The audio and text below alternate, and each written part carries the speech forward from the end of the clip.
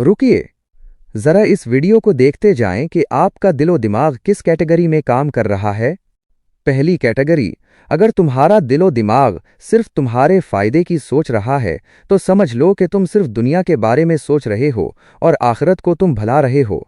उसकी सबसे बड़ी मिसाल फिरौन की है, जिसका दिलो दिमाग सिर्फ अपनी ताकत और ज़ाती फायदे की सोच में गुम था।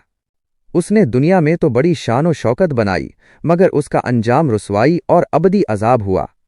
दूसरी कैटेगरी, अगर तुम्हारा दिलो दिमाग अपने बारे में और दूसरों के बारे में भी सोच रहा है तो तुम कुछ न कुछ आखिरत भी जमा कर रहे हो।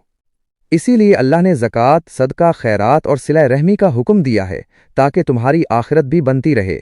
ये ज़िंदगी में तवाज़ुन पैदा करता है। इस्लाम हमें यही सिखाता है कि हम दुनिया और आखिरत दोनों की फिक्र करें।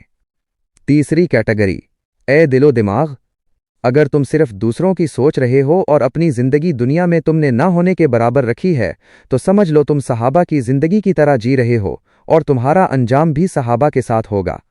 ये ईसार और कुर्बानी की वो आलीज़ मिसाल है जो इंसान को अल्लाह के करीब कर देती है। तो आपका दिलो दिमाग किस कैटेगरी में काम कर रहा है? याद रखें, जब तक सांस है तब तक चांस है। आप अपनी कैटेगरी किसी भी वक्त तब्दील कर सकते हैं। इस्तिग़फ़ार करें और अपनी कैटेगरी को बेहतरीन ऑप्शन में ले जाएं। अल्लाह बड़ा गफूर और रहीम है।